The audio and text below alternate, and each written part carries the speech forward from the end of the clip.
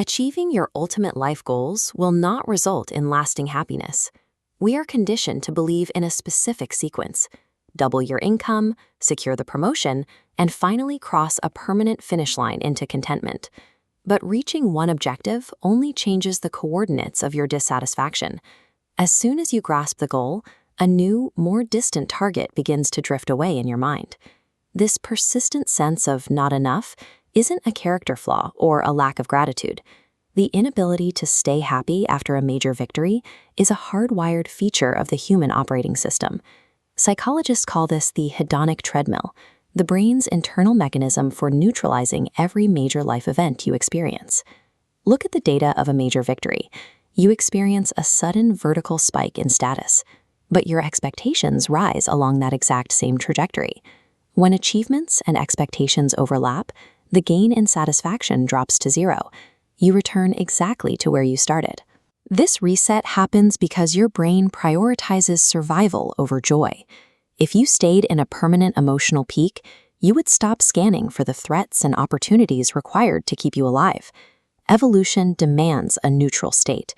Your biology treats extreme positive events with the same corrective force it uses to recover from a tragedy.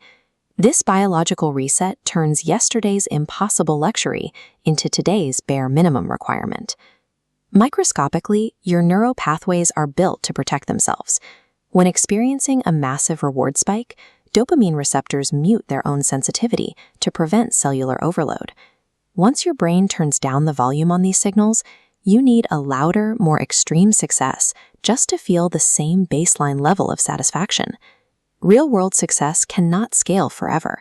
Eventually, your life achievements will fail to keep pace with your brain's escalating neurochemical demands.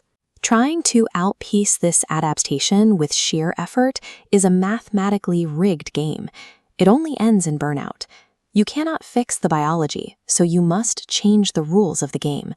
This requires a strategy of decoupling, deliberately separating your daily well-being from future external rewards. Tying your self-worth to volatile goals leaves you at the mercy of the dopamine spike and crash cycle.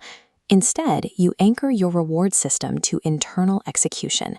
You learn to extract a signal of success from the action itself, rather than the result it might produce months from now. By rewarding yourself for the process, you replace massive, volatile spikes with a steady, low-intensity signal.